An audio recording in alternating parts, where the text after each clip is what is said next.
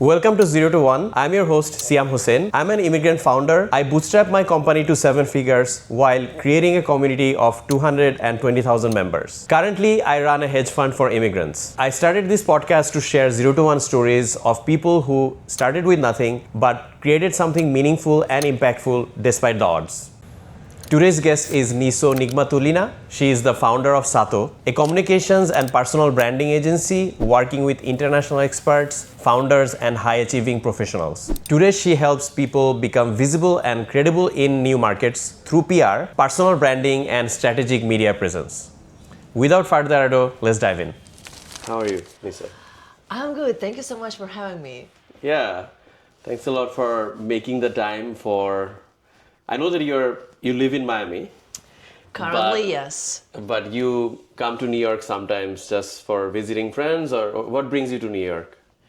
So I would say visiting my friends, do some network, meet my partners, meet my clients. I used to live in New York for almost 5 years, and now I live mostly in Miami, but still coming back to New York for a few months per year. So you're saying that you basically visit New York for visiting friends, partners, like business partners and other friends. Yes. 5 years you have been in New York. And For 5 years. how long have you been in the US? For 6 years, it's gonna be in January, Okay. since I moved to New York from Moscow.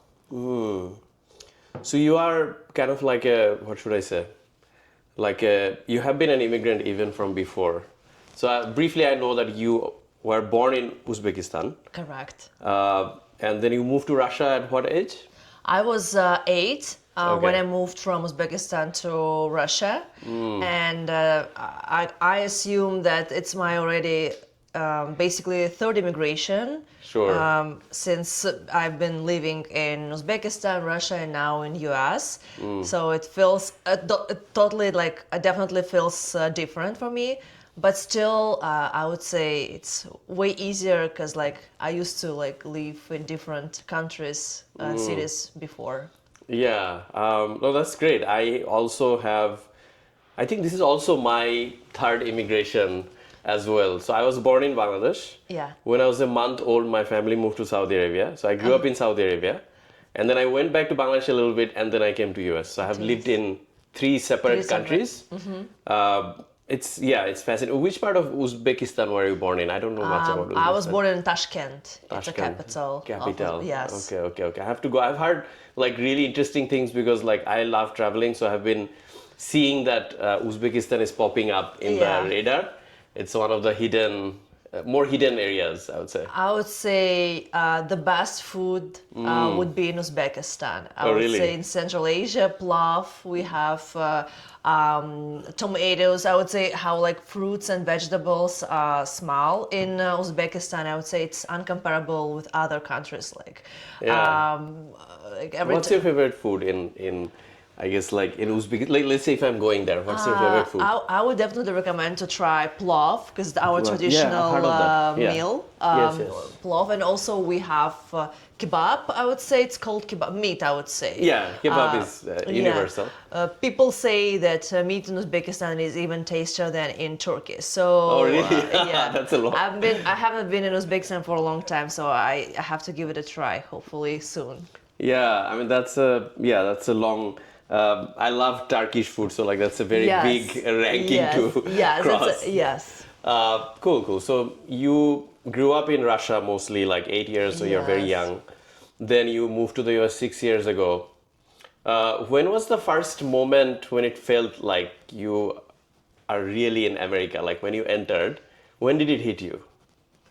I realized that I live in United States. I think after 2 years of being here, because the first 2 years were very tough, struggling. You were figuring out your goals, what you're gonna do, how you're gonna be here, stay here. So I would say the first 2 years was the most struggling, and starting from the third year, I realized that. I could a little bit breathe out and see that okay, I'm in New York and I can finally enjoy this city and I would say this country. Did you move to New York City when you entered? 6 years ago? Yeah, I first came to New York, Okay. and then I stayed here for work. So How was New York too intense? Because like when someone comes, like US is already new. So yeah. what were your like first 6 months? Like what are the major culture shocks, or what are the things you saw which was not in your expectation? That's a good question because I came in January 2020, 2 months Oof, before the pandemic started, shit, actually. that's bad. So my expectations, I had really low, I would say, expectations when I came to US. It was already my fourth time since I came to United States, I would say, because I've been traveling as well to US back and forth.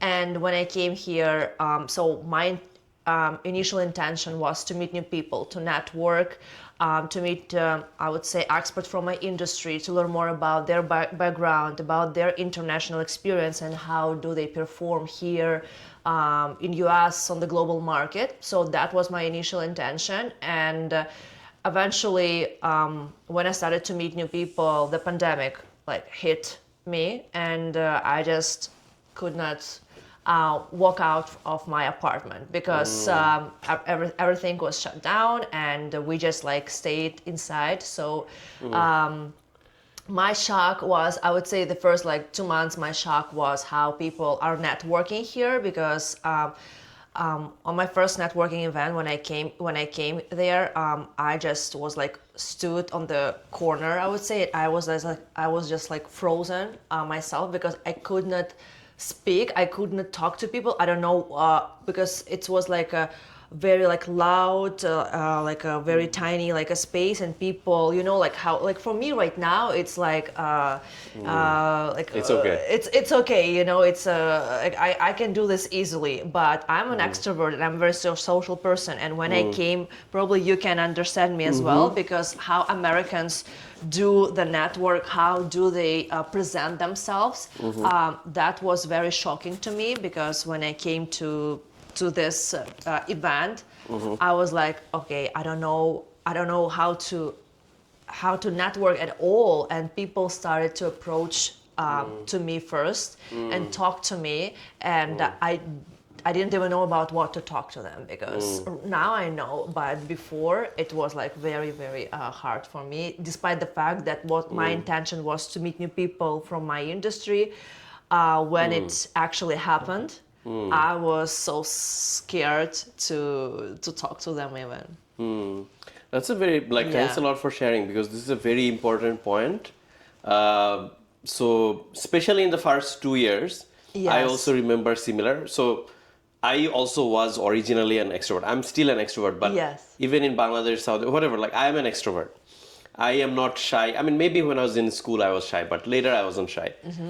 But when I came to the US networking events, like when I was studying in the college, went to the career fairs, uh, like as you said, like US networking is very, like especially in New York, it's also even more loud. And you really, if you are not making your space, then you will be basically kind of pushed over and you will be on the side. Correct. And that took me a while. And I think the bigger issue was my mental issue, is that whenever I was going to these events, I was like, oh, what will they think about me? I have this accent, it's not fully English. I'm like, I thought so much that I was using maybe 80% of my brain's processing power in garbage. Yes. Not actually being in the event. I was like, oh, overthinking, oh, maybe this, oh, maybe I should say this way or that way. I'm like, dude, I don't care about these things anymore. Yes. Like, let's just go. No one is thinking about this thing.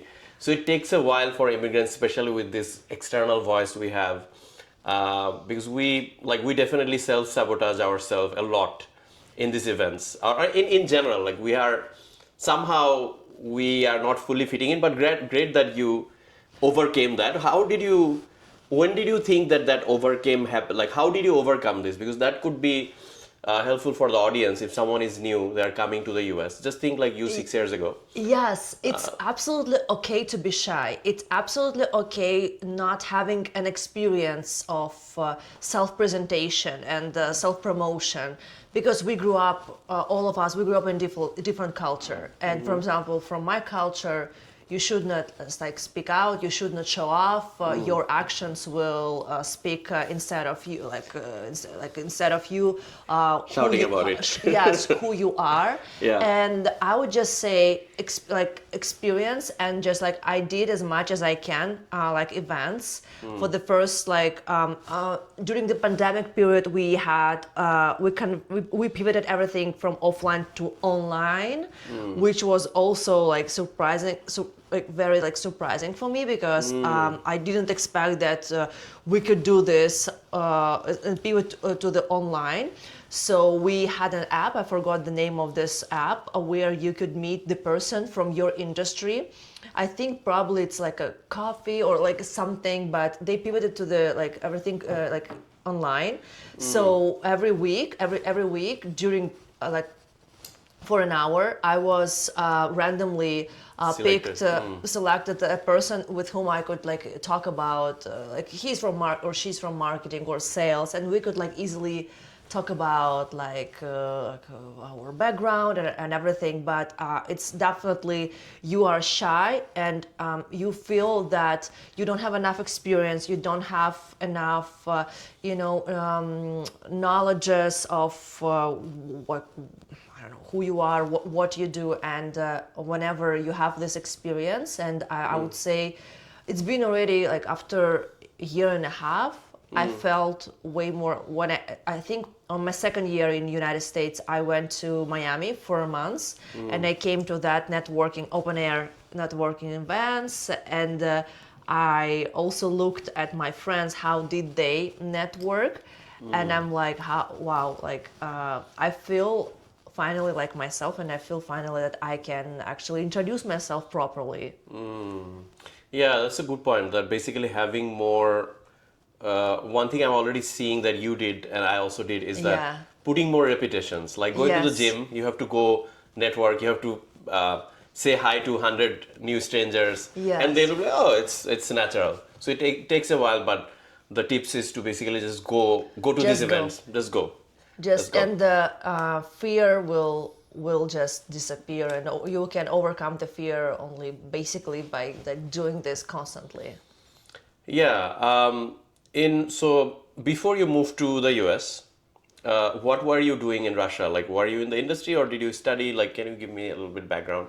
Absolutely, because I have a background from Procter and Gamble. I used to work for American company in Russia, in P&G, as a manager, business development manager. So I was responsible for promoting P&G products in top retailers in Russia.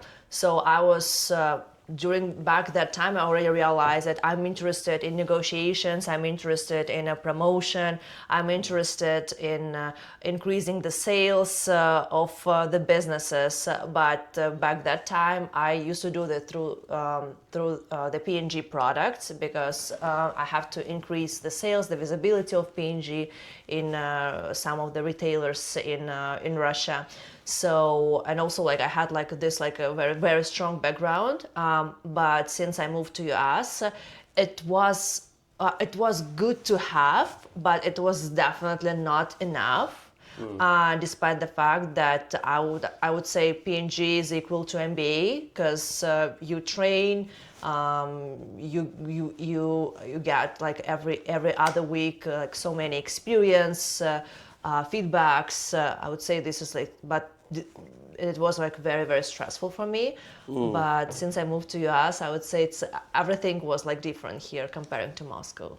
With a lot of interesting things there. What did you have to unlearn? Let's say P&G, how long were you? For 4 years. 4 years. Yes. So a good amount of time in P&G, American P&G, but like still in Russia, so they have the Russian culture. Was there any difference in the culture in terms of work culture?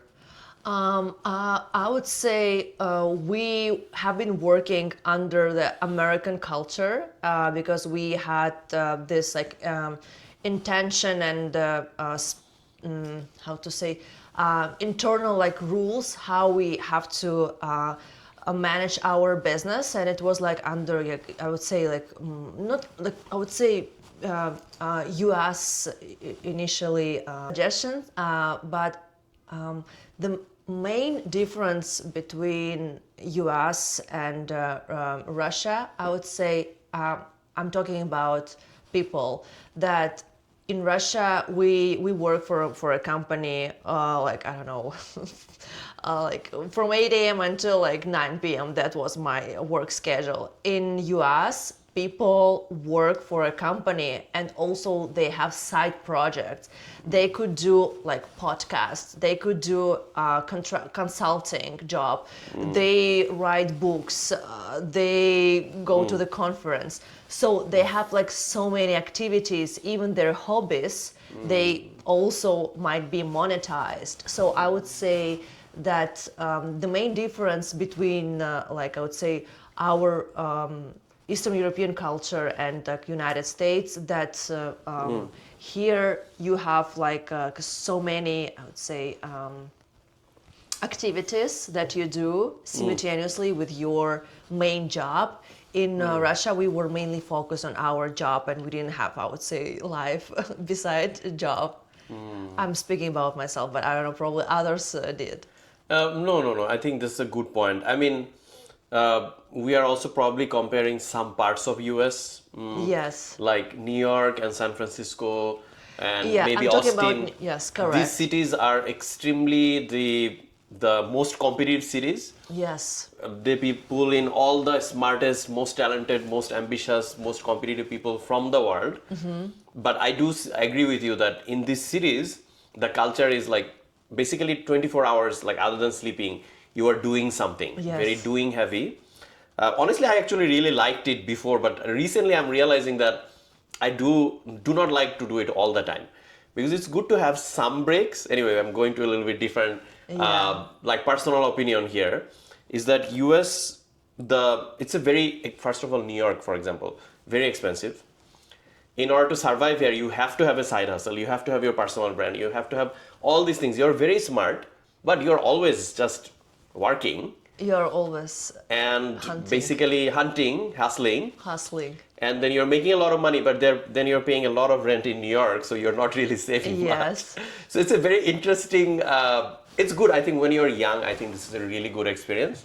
I don't know if it is good to be old in this situation, but that's basically my personal opinion. I feel like the Eastern European countries, or in general Europe, is better for like settling down or later in the age. But when you're young, you should definitely be in this US culture.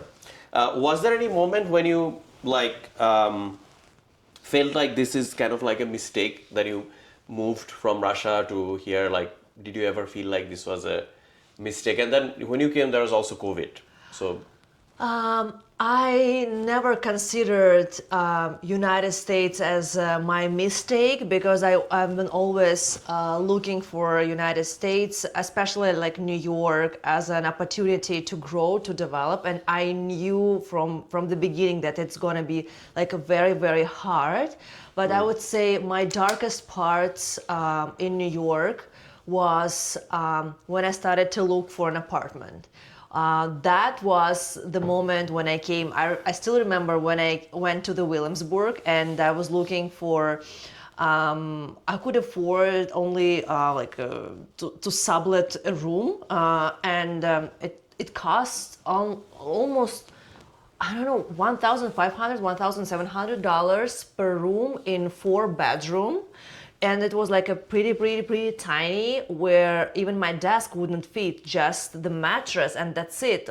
No luggage, no anything.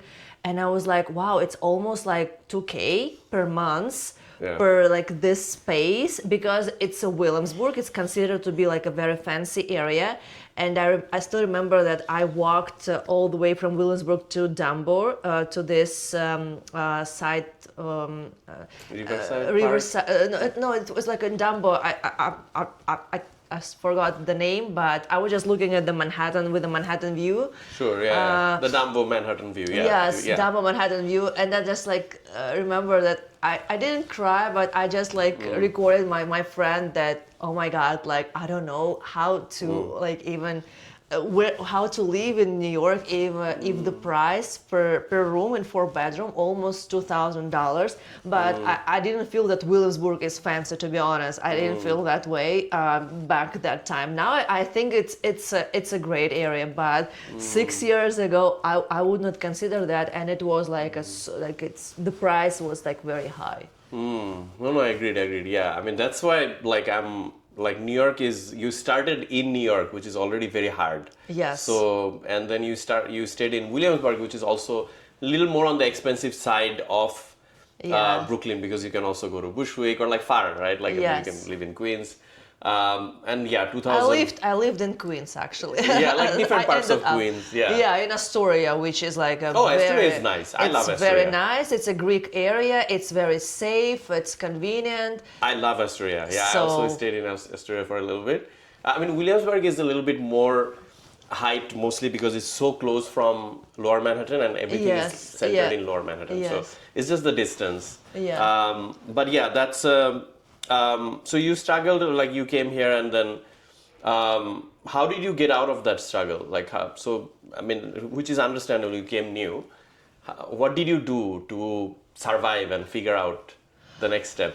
So I would say, as my intention was to meet new people and to do like a great network, I met actually a friend with whom we started to rent out an apartment like together, which was like which was like very lucky for me, because we were like together and we supported each other. She was like she has been living in US longer than me, but that person who actually taught me about US rules, I would say, how US do business, because I just realized that I really want to also be a bridge between Eastern European companies, startups, and the United States, and represent them in US. So I would say I was lucky enough to meet right people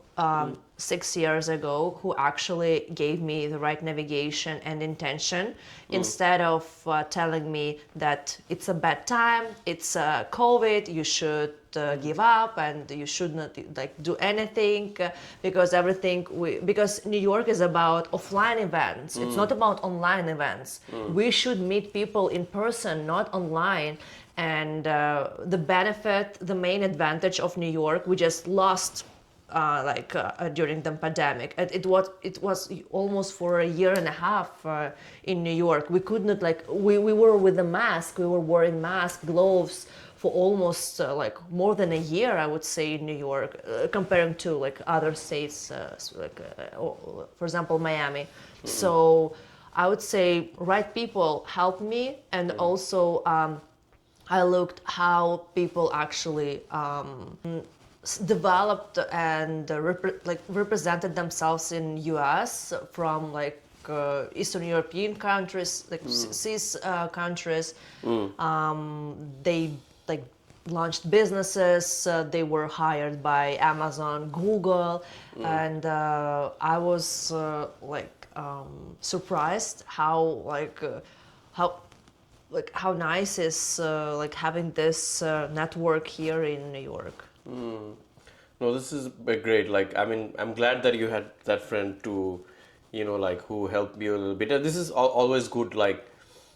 In the early stage when we come, there are always these people who kind of help us in our journey. So Yes. always very helpful and blessed and grateful. Yes. One thing you did mention was very interesting, because you came in COVID, and I have been living in New York for a long time, before COVID as well. So Okay. when COVID happened, I think this was April or May, June. April, it was so bad. Everything was shut down. Yes. I thought that, okay, this is some post-apocalyptic, some movie. It's some movie. I go to the subway and there are a few ghost rats, city. ghost town, Yes. no human, Yes. only few rats. Yes. Literally some rats in the subway. That's my experience. Wow, this is maybe some zombies will come out. Yes. It's like I'm in some movie. Because also in all the movies they cover New York. All the Yes, alien attacks, yes. all the zombies, they always attack only New York. So I'm like, okay, this is very bad. And I was paying like a lot of rent that time as well. I mean, New York rent.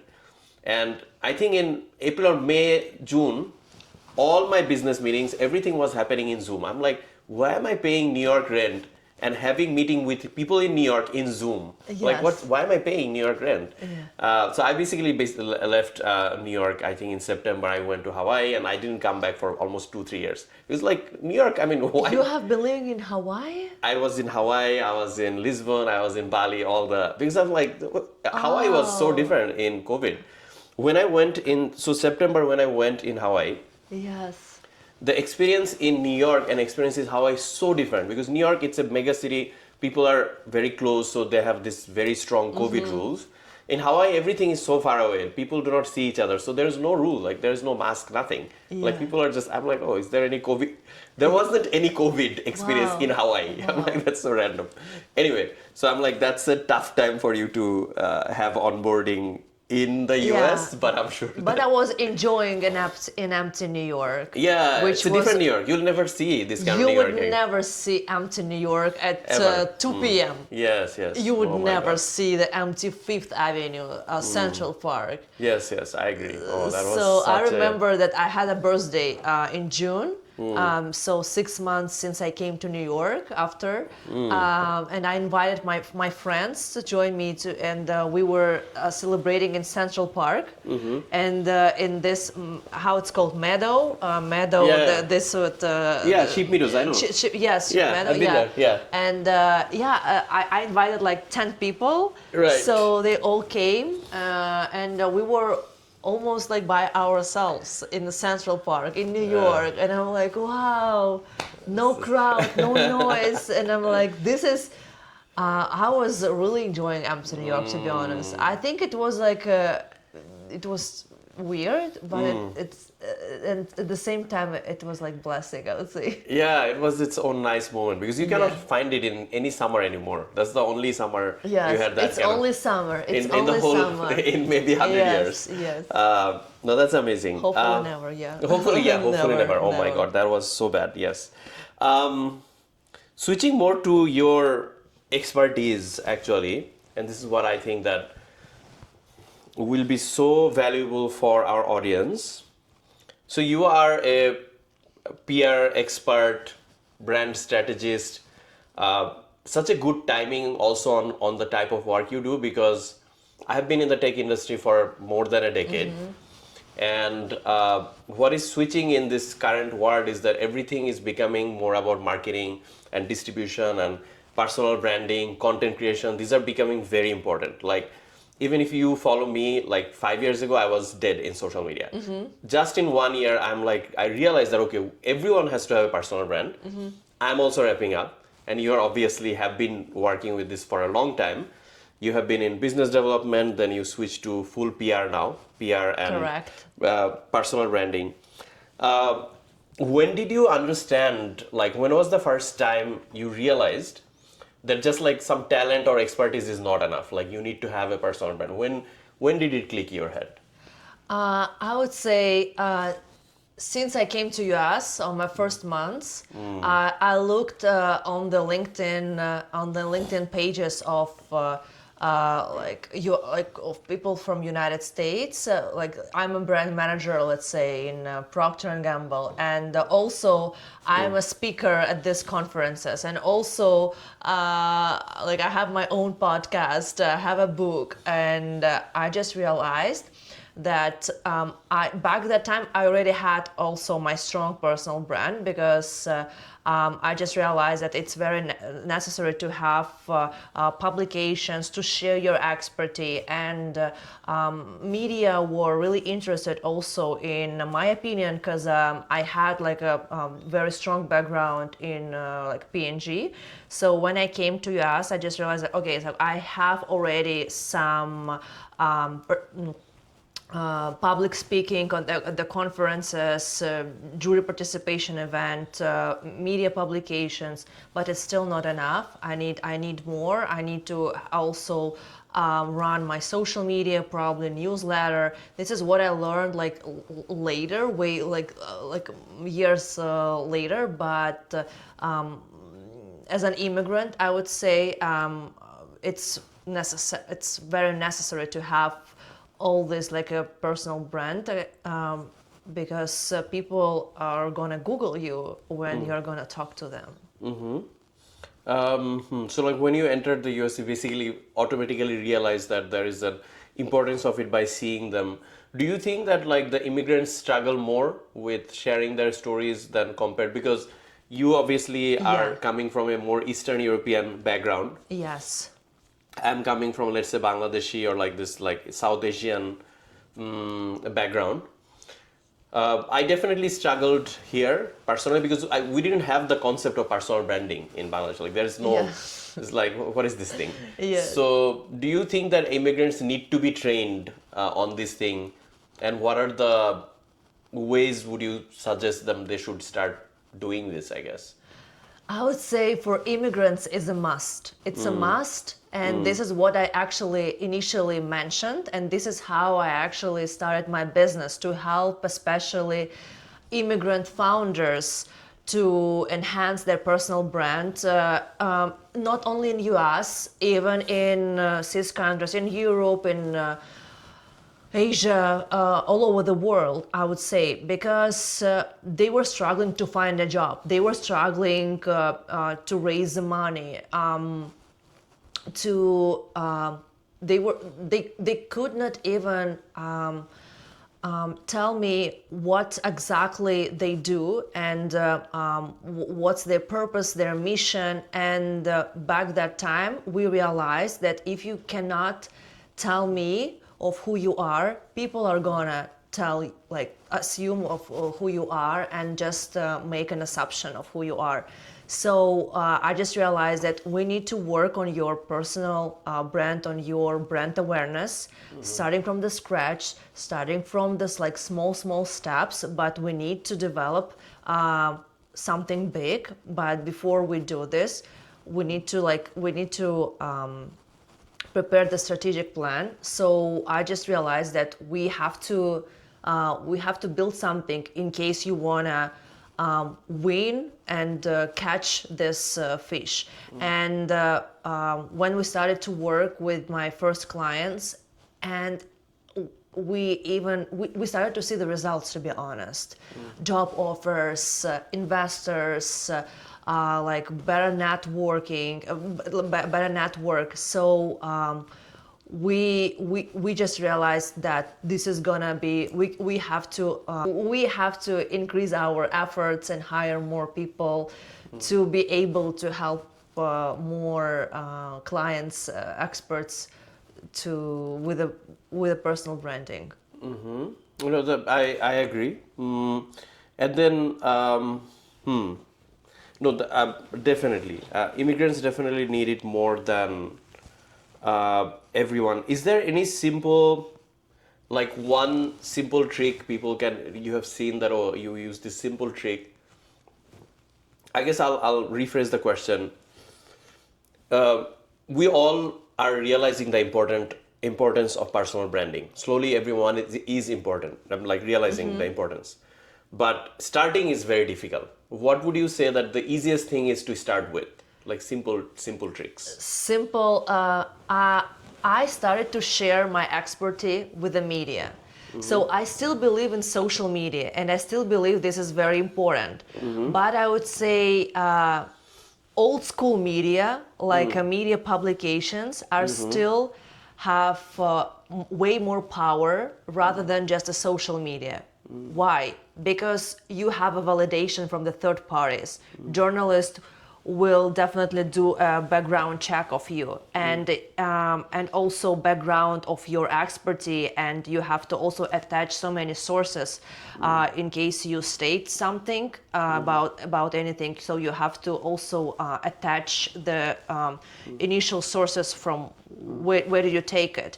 So I would say to start to share your expertise with the media on the blog post, it's already a very, very good first step. And then, because you can divide these posts from the media into the LinkedIn post, to the Instagram post, to the Twitter. So you can divide into what just one article could bring you like so many I would say content that you can use for other like social media. This is a very important take. This is something I also am not like well versed on, so this is great. Yeah. We obviously like, yeah, social media, you're just creating your own content. Yeah. When you're going to traditional media like Forbes or Washington Post, like I think that's what you're mentioning when you're Yes. mentioning media. Definitely it gives you more authority or third party based validation, I agree. How do you actually start writing in there? Like what's the way, let's say someone is listening to this video right now. They are an immigrant founder. They want to like start this. How do they start writing in Washington Post? What do they start with? What's the tactics? So Washington Post. I'm just giving Washington Post an example. It can be any. It could Time be magazine. like it could be any magazine. But if we're talking about, because so like I have the most demand I have from my clients. Please feature me in the U.S. Help me to be featured in the U.S. media. And I always tell them, U.S. is the most. The highest competition is going to be in US because journalists will receive over 200-300 emails per day from PR managers, startups, and etc. So whenever you have to be consistent, polite, and pitch to the right journalist, you have to do the research. Every media has their newsletter. They have their media plan that they are following, and you can actually open the media that you are interested to be featured. Just look, let's say you are from AI and you are like building an AI product and you would like to share your perspective about your project and what you have done or recently, and for whom you have done your mission perspective. So you have to find the right person from this media, not just like editorial team. No, Jessica, she's covering the startups who are building an AI product. So Jessica will definitely be interested. So you have to pitch Jessica. First email, if not Twitter, because Jessica, trust me, she's also on the Twitter, and I highly recommend to fit in one. It should be fitted in iPhone in iPhone screen. Your pitch, so it should not be. Don't attach any documents, nothing. Just like a short pitch of who you are, what you want to share, and why it's gonna be interesting. That's it. So, and just like a very short and subject to this editor, and just like follow up in a few days, and whenever she answers to you, and hopefully it's gonna be like she's gonna be interested into your content. Don't forget to thank her, because this is media relations. You can start building your media relations. But I would say that I was just intentionally, like how I came up with my first, like I got my first media request from Cosmopolitan, actually, and back in Russia, because I had a friend, and she was a journalist in Cosmopolitan, and I just shared like my experience, and she was like, I feel like this is very interesting how you do this and this, how you build this this product, how you build this strategy. Can you please share it with us? And I'm like, okay, so of course I would love to. And this is how I actually started to realize that my experience could be very interesting to others. No, this is very good, very interesting. So basically, like, whenever we are, this is a good tactics. Primarily, like finding who are the main decision makers in this. Of course. These roles, and kind of like trying. It's basically like any kind of job application. It's kind of like a job application, but not actually a job. But it's for media companies. Yes. You have to be patient. You have to go through the process. That's very good. I actually never thought. I myself am realizing the importance of this, because I never thought of this thing. I'm like, okay, who cares? But like now I'm realizing that it does give you some kind of authority, like, okay, if you're Forbes 30 under 30 or something, like some validation, it does give you a little bit more authority in whatever business you're trying to do. Absolutely. That's a good point. So I am convinced on the importance of traditional media. This year I've been thinking. So as I mean, maybe like the best part of exercise right now could be that let's assume that I am a candidate. Like, although I am not really like looking for traditional media, like for my visa or anything particularly, those parts are good, but it's always good to have another additional boost for your profile, right? There's no harm. I definitely only want to go for the big leagues because my brand is already decently strong. I have been running a company, so I'm not starting as a zero anymore. So what is the strategy you would say, like do a diagnosis for me so that I can go for Forbes or Time Magazine or any of these? Like, what are these tactics? Give me that step by step approach. I usually ask. I mean, of course, I'll come to you. That's the number one step. But then it's done. What I'm usually interested when my client comes to me, I usually ask how you would like to be remembered. And for what you would like to be remembered for. Can you please highlight 2-3 projects that you would be the most like interested to talk about? So this is, I would say, the most like important questions that I usually like ask, and also their mission. And after that, I just focus on the media that would be also interested to cover what my clients is sharing with me. And I don't mostly cover, I would say, business part of my clients. I'm also interested to cover their lifestyle, because it's not only about business, it's also about how the expert is living. For example, I had a client, and I was really interesting about his morning routine, about meditation, about preparation to the work. It was really interesting for me because it was like not like usual. So in this like very, very tiny details, I'm always like interested in my client. And after that, big names, it's good because you're gonna be like on the top search when you're gonna be Googled, but I would say that big names will not is not the most important goal, I would say, because this is about the whole like strategy where we have to include not only like big names, it's just the consequences of all of the steps that we have done like previously. To be featured like in Forbes, we have like several like opportunities to become a Forbes consul, to become a Forbes contributor also. And also I like newsjacking. Approach. It's when the journalist covers the story and you could be mentioned as an expert, and you can share just your like expertise, and in the whole story you could be featured with your what you think about this problem, which is also great because you can get mentions in those big names.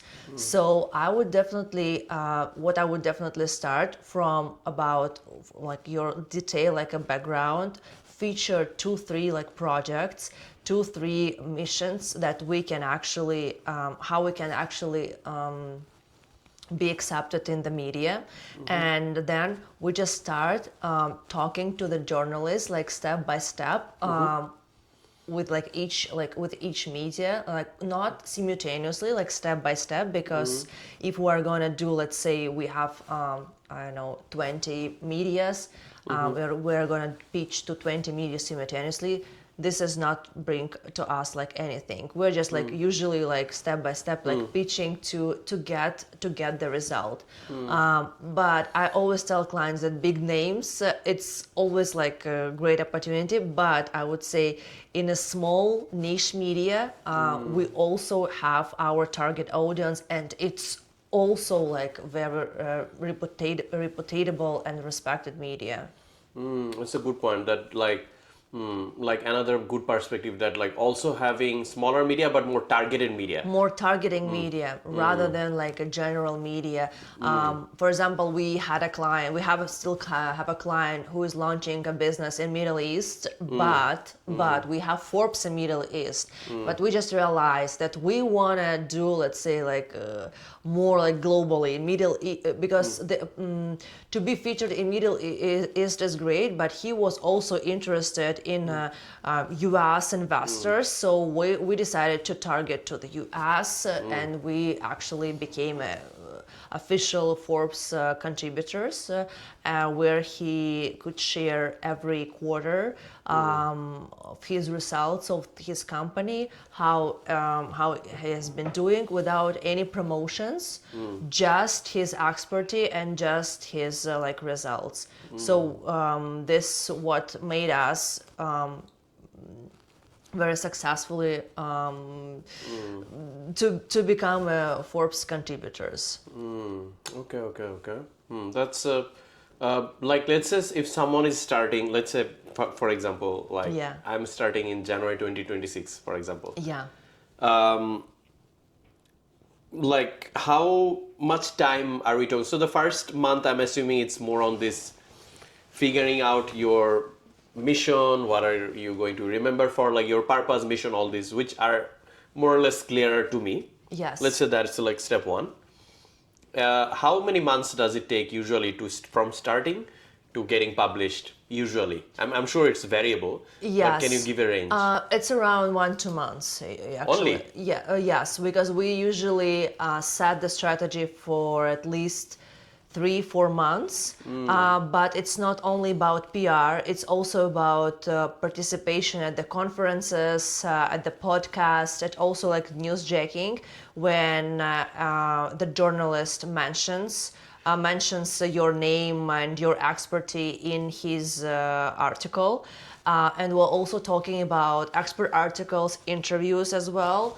In expert articles, you can share your expertise and your opinion on this particular topic, providing the sources, evidences that would prove your credibility point of view. And at the interview, I prefer to talk about the mission, the background of the client, and actually the results of their projects, and how he is seeing this idea to be built like in the future. So I'm more like vision also, and not about like just like current moment, but also the future. Please share it with us as well, because I think this is also what's interested the most during this time to the editorial team. What is I mean, I understand this term newsjacking. That's a very interesting term. Yeah. That you are being mentioned by this contributor, and they're mentioning you as an expert. How to get into that? Like, how do I become a newsjacker? We usually, because to be able to do that, we usually follow the particular journalist from your industry that covers your topics, your area of expertise actually, and we usually follow their feed about what they're talking about. We also have some websites, or Twitter, for example. On Twitter, they usually or sometimes LinkedIn, that they're looking for experts in this industry. And every time we pitch, you are also included in the list. Let's say that you are an expert in AI who built this app, and in case, let's say, we are covering this story during like this year, you mostly be invited as to give some comments about this news. So this is how we get newsjacking for our clients in the media. It could be not necessarily today or tomorrow, but it's more like a long time story, because anyway we are pitching the interview expert article on behalf of our client, and the journalist will definitely remember you. And if in case no, we tell them, okay, we will come back later when we have like a better content for you today rather than today. Okay. Very interesting. Uh, there are a lot of like small nuances involved, basically. But okay, I think I got somewhat of an idea. Yeah, but I would say be persistent and don't hunt for I don't know 100 medias. Just like we usually identify 10, 15 medias for our client, and we constantly like follow or read the news, the latest feeds about what they are covering at the moment, and whenever we catch the moment, we just start pitching that we have. The particular expert from like this industry that you are currently like covering in the media, and so we have this opinion about that news and we would like to cover this, and in that case we have a very high chances to be featured in the media because they are covering this news and we have an opposite opinion. Then this is why, and listen to us. So this is how we actually could also like propose the feature. That's a very interesting point, that like the opposing views. One thing I wanted to actually ask, like, let's say a media company is mostly focusing on AI, or like let's say there are always in news companies there are trends. Yes. People are talking about AI these days. That's the main trend, for example. Yes. But I'm just giving an example that maybe I'm not working in AI. Yes. I am working in something else, random. That's my mission. How to connect the trend, because media company will always prefer an AI expert right now because that's in hot topic. So if my expertise is not in a hot topic, what do I do? We as I have mentioned like earlier, business is not our like main priority sometimes. We are also interested in a personality. We're also interested in what's inside of what's actually like real thoughts, intentions of our clients, how he has been, for example, struggling to fire his first employee, or how he built or how he hired 100 employees within a year. This is like tricks, this is like tools, how not to would be also like interesting, or how to organize your like workflow. This is probably sometimes for you like very probably old school topics would be also very interesting for the journalists, because for example they have never interviewed this person and they never know for example about, even for immigrants, how did they ended up building their career in marketing as a woman in their 30s, is it like a Gen Z or like which like no matter like what generation. For example, this is how I was featured in Forbes, where I shared actually like my story of an immigrant, of being an immigrant, woman immigrant here in the United States, and how I actually faced this American culture after living in Russia. So this is what was really interesting for a Forbes woman. And I actually shared my expertise. I didn't talk about business. I just talked about my experience of facing those first, I would say, problems, troubles when I moved to US, and what's the difference did I feel. So, for example, they were interested how I feel if someone will tell me that I have a beautiful dress. So this is also would show me as an expert, but here in US. But not necessarily about my business. It's just like a general opinion. That's a very interesting answer, that like it doesn't have to be related to your business or your current mission directly aligned.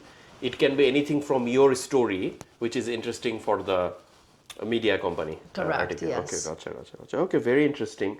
Do you have connections with pretty much all the major and minor? How many media company connections do you have at this moment? So we actually, I cannot call them like connections or like partners, of course. I just have like a team of like a journalist to whom I like consistently like follow and pitch, Okay, and I know them like I know what do they do and what they cover. It could be like I would say in US it could be around like 40 medias. In CIS countries it could be like way less because around 20, because my clients are not interested to be featured in CIS. They're mostly interested to be featured in US. So I just like I mostly work with startups, like founders of the companies, product managers, software engineers, etc. So I mostly like follow the journalist, not the media, the journalist, I would say, and what do they cover, because I'm planning to pitch them. So I just follow their feed, and whenever they have like I have a right moment, I just pitch my client. Yes. Got it, got it, got it. You are basically like looking at the ocean and then seeing the waves. Yes. And got it, got it. That's good. That's a good, good strategy. Um, One thing I've been like a little bit scared about. So okay, so last 1 year I have been, let's say, active in all these social media and in general like media. But let's say I want to take a break, or somehow there is always an issue with media coverage and fame and all these things. Is that it's a double-edged sword. You can have the positive, we talked about the positive, but there could be negative, that somehow maybe either your online brand completely disappeared because maybe you're out from the I don't know, industry for 6 months or whatever, like life happens, things can happen, right? Or it could be also negative media, that somehow some negative, because once you're famous, there are also your enemies. Is it possible to like fix this thing? Because a lot of people are a little bit afraid of getting into this whole thing because of this issue.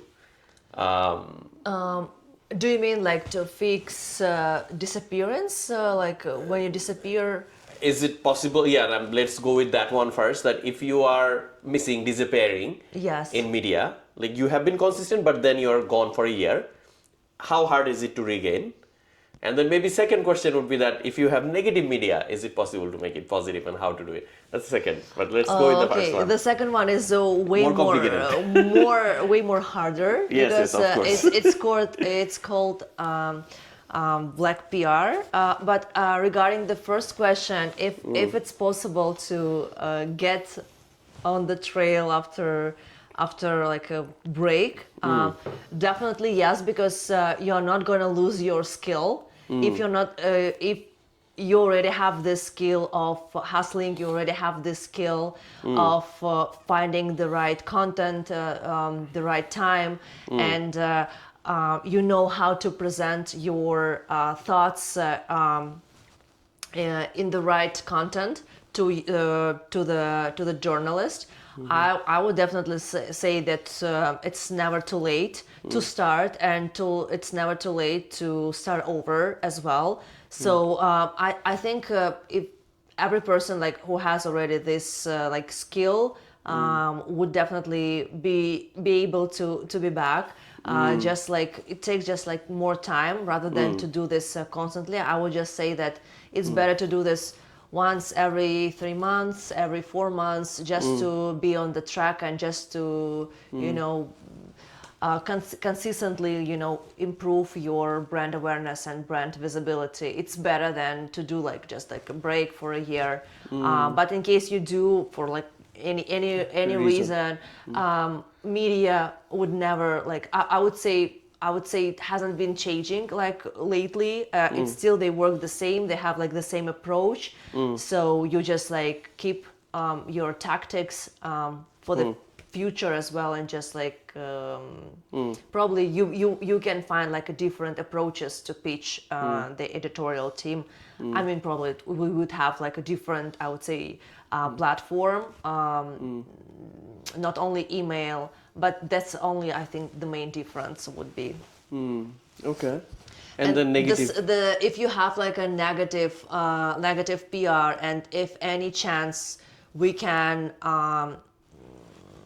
revise it, we can, and the only chance is to start publish as much as we can content in the media. Only content will, because the old content would be on the third, fourth page, and the new content would be at the beginning on the first and the second page. So we just have to start like as much as we can do publications in the media. So this is the only opportunity that we usually follow in case we have this problem with a client. Yeah, that's a good answer. That basically pump with a lot of positive content, recent content, which basically supersedes the old one. I wanted to know more about, I mean, a lot of our audience are basically immigrant founders. Yeah. Different visas, they can be, some of them are international students, F1. Some of them came with J1, different visas. Yeah. But many of them are targeting O1 visa because now there is the H1B is complicated, so it's so hard. I think I wanted to know a little bit more, some advice for you, for the audience, on what's the difference between preparing, like what are the tactics for preparing for O1 or even EB1A using this strategy? What are the difference, and what if you can share some advice for this particular group on how should they approach this whole thing? So from my perspective, between brand awareness and personal brand and to have a publications for a talent visa and US, UK, to be honest, there is no difference, to be honest, because in both cases, we are targeting to be to increase our brand awareness and to show off our expertise in many in like so many various of publications like interviews, expert articles, jury participation, also an award recognition, and also you can be invited as a member in association, and all of those tools will help you with a personal brand and also with an O1 visa criteria. And I'm going to tell you something, because from my experience, when we have a client who are invited as a jury member in the event, and if it's gonna be offline, usually when the expert comes and he started to judge, they have also like a media support. And what actually happening, the media is starting to interview the client. And what happened, it happened already a few times with our clients. They ended up being on the TV, on the federal channel, without initial intention. They just came to judge the projects and to, share their point of view, and, to help to define which product should win. And they ended up being on the TV, on the federal channel, and as a result, they got invited to be like a partner, like from like other businesses. So like the point is that all of those like tools would definitely help you in the way you're not even expected to get this PR you really want for O1 or for like personal branding. So they're basically the same kind of work. The same approach. Same yes. approach. Some tactics on the. I want to be helpful for the audience in the way that, what is in terms of USCIS's eyes, what is basically the main factor from this PR perspective to become extraordinary? Like, I mean, the extraordinary term is very silly, but let's say like O1 or EB1, this is like the main hottest cake right now. Yes. Because it's like, because of H1B mostly. What looks good? Can you give some points on this? Like, what should a founder who is in, let's say, H1B, Yes. what should they focus on? and what looks good on paper for USCIS for So- improving their case? If you're starting this path, congratulations, because this is gonna be really, really helpful for your immigration process. And speaking about those criterias, first of all, they have to be organic. Though, so you cannot buy an invitation from organizers if in case you find, even if you find this opportunity, never agree to participate there, never do sponsored publications. It has to be organic. Just organically, like, share your point of view, your vision with the media, and trust me, one day they will reach out to you and they will accept your feature. In case, in terms of the jury participation, I always recommend just participate as much as you can, because it's very, very helpful for your network. Because when I was participating as a jury member, I found an amazing friends. I was surprised how I was surprised how I would say how it would be fun and interesting. I would say for me, a journey to be as a judge and to judge those, and people participants.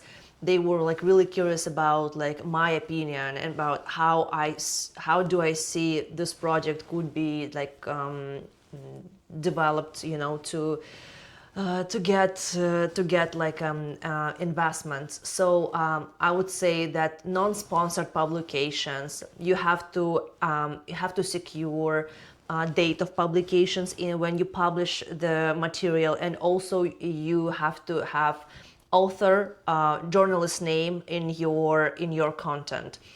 Without this, I would say moments, I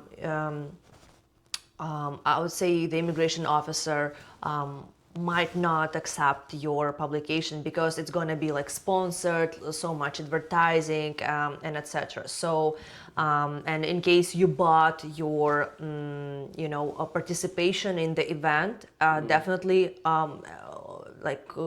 they're gonna figure out this. So you should be invited organically, based on your expertise, not an opposite. Okay. Yeah, that makes sense. Yeah. That makes sense. Yeah, so we covered a lot of ground today. Wanted to know a little bit about content generation and AI. Okay. We covered a lot on this media, and then a lot of different topics actually. What I'm seeing is that a lot of content right now is being AI generated everywhere. LinkedIn is AI generated content. Twitter, if you go, a lot of these comments are AI generated. And obviously, we can go and start writing, but the reason AI generated comments became dominant is because it's easy, because we don't have time. Let's say busy founder, they're busy. Yes. Having an AI assistant, okay, it's doing it. How do we battle this AI generated content while being a busy founder? Because the reason the AI generated content came in the first place is because people are busy. And they don't have time. That's why they outsourced it to AI. So how do you manage this, and how to battle this thing?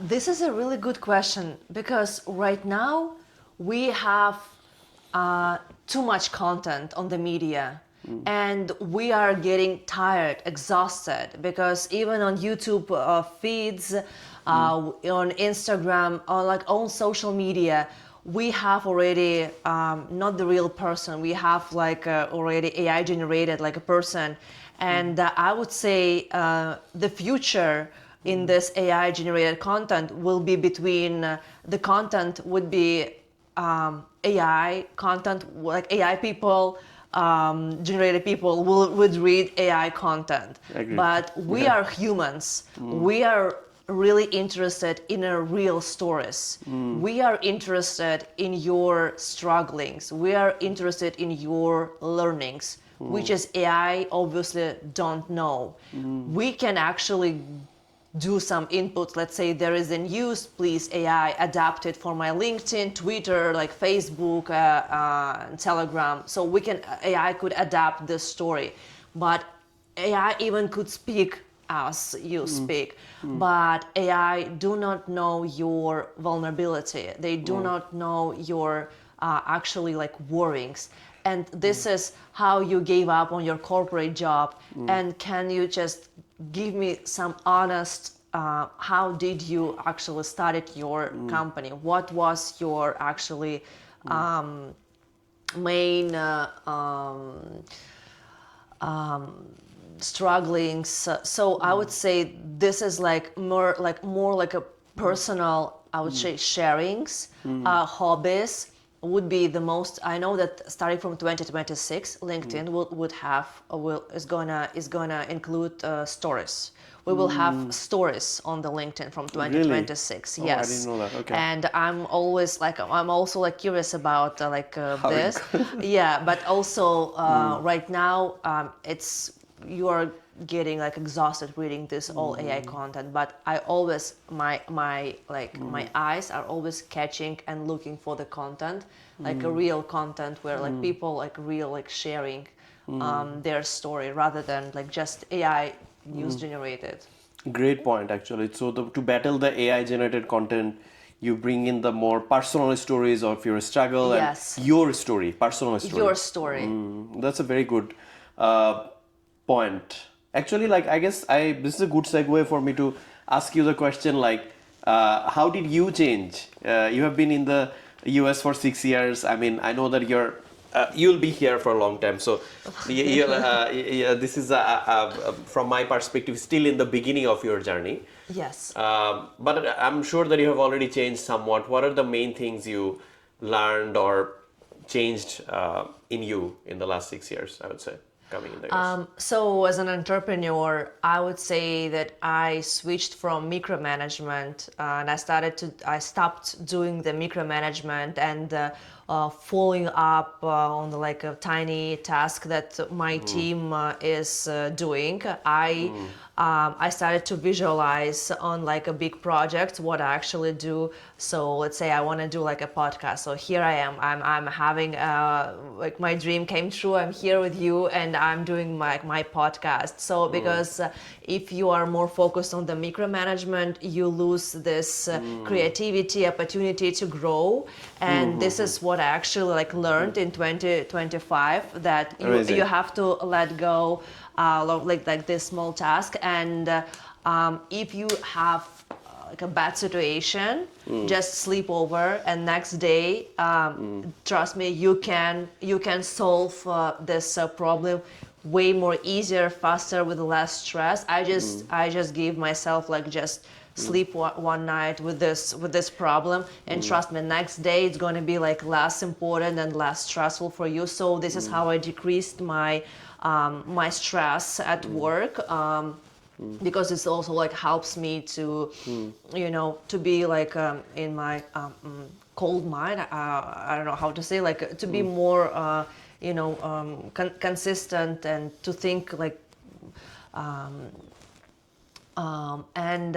my perspective for 2026, I would say, to grow my personal brand, actually the same as what I do, because I have a company. When we are actually we are experts in how to grow a personal brand in using so many instruments, but also I'm also like interested, but I'm also interested to grow my personal brand the way I just mentioned like previously, and what I actually recommend.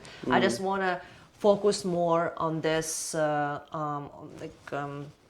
on this strategy, and also potentially pivoting to work with big enterprise companies, and to help them also with the brand awareness. Not I still love working with entrepreneurs, with startups, and being this niche boutique agency and be a partner for like many clients. But also I want to be I want to start helping also like big names as well in 2026. Yeah, no, this is very exciting. All the learnings are very relevant, and the beautiful part about being a founder is that you have to keep growing all the time.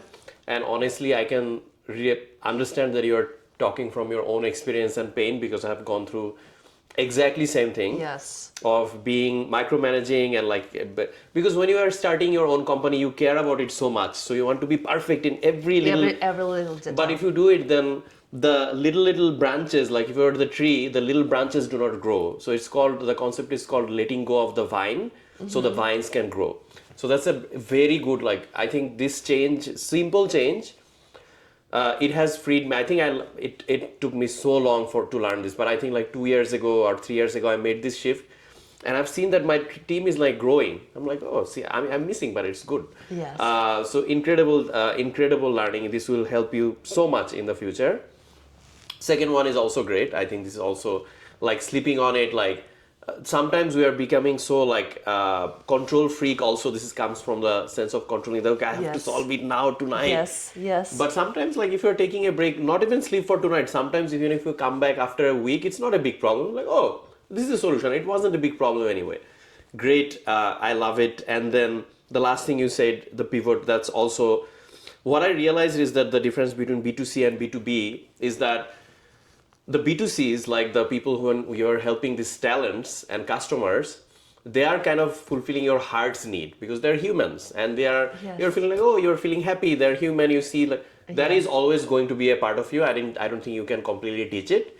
However, all these learnings are going to be very helpful for enterprise, and that's like, next year is going to be so epic for you. I'm so excited.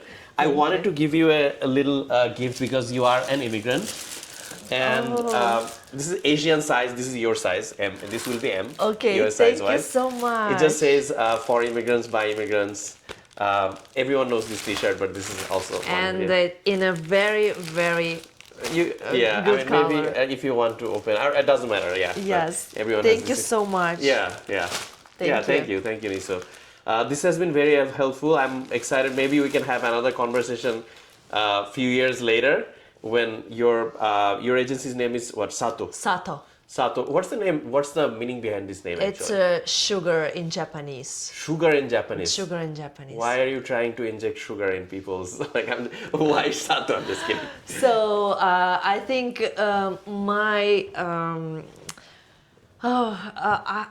to be honest, I really liked how it sounds. To be honest, Sato. Because like Sato, okay, like a very Japanese way. I love sugar. To be honest, I love sugar. So I realized that when we met first time, you're having the sugar. Yes, I have a sweet tooth. You have a sweet tooth. Oh my god! I remember that I told you that people who have sugar do have Alzheimer's. Yes, oh my god! And I feel so bad. Okay, never mind. Yeah. So and this is just I know also another company, Sugar, also in Russia. It's called Sugar, but in Russian, and they grow like very fast.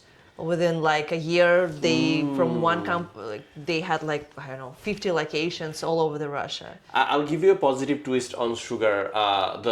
Sugar is first of all very sweet. Yes. It is basically now I'll have a completely different understanding of sugar because of you. Sugar is actually the reason for brain. Sugar is the fastest boost. Yes. Basically, because it's the easiest to dilute, like easiest to digest. So whenever you need a quick thing, quick energy boost in sugar, that's why you have the sugar spike. You have sugar and your brain has immediate feedback, immediate speed. So sugar has the power of basically speeding things up. And that's how I'll remember that if anyone wants help on speeding their personal brand and also have the sweetness of you, come to Sato and Niso. Niso, thanks so much. Thank you so this much. Has been so fun. Thank you. Take care. Okay, thank you. Thanks.